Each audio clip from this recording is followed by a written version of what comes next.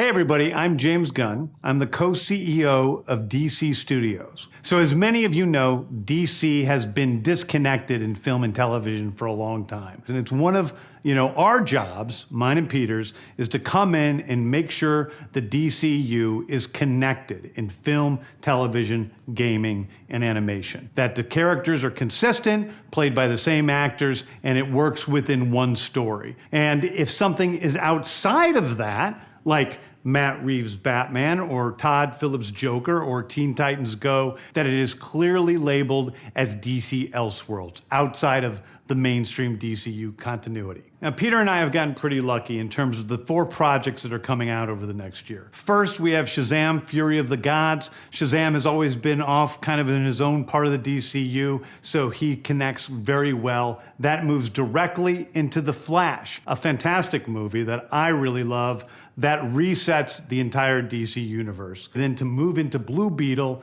a fantastic film about a kid who's a marvelous part of the DCU, and then into Aquaman 2, which leads directly into our next few projects, which I'm going to tell you about now. So, Peter and I, along with a group of very talented writers, have started to map out an 8 to 10 year plan of what DC Studios will be in film, television, and gaming. This first chapter is called Gods and Monsters. Now, what I'm about to tell you, is a part of the first chapter. It's not the entire first chapter. The first project is Creature Commandos.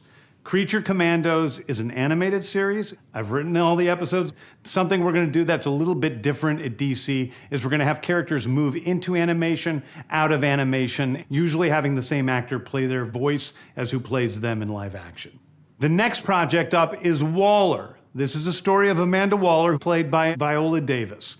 Viola Davis is going to team up with members of Team Peacemaker, and this is a story that's been created by Crystal Henry, who did Watchmen, and Jeremy Carver, who created the Doom Patrol. It is a fantastic story that's out of this world, and I can't wait for people to see it. Okay, next up is the big one, the true beginning of the DCU.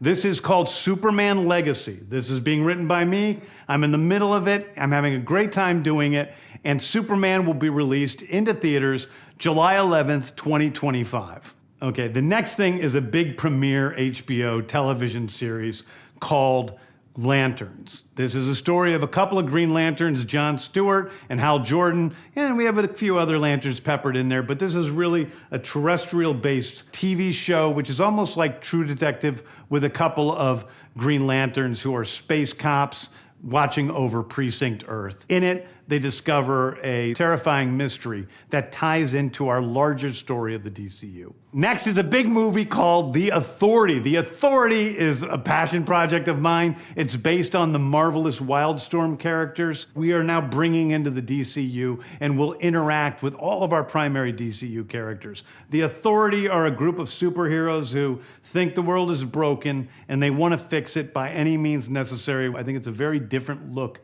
at superheroes. We're doing a television series called Paradise Lost.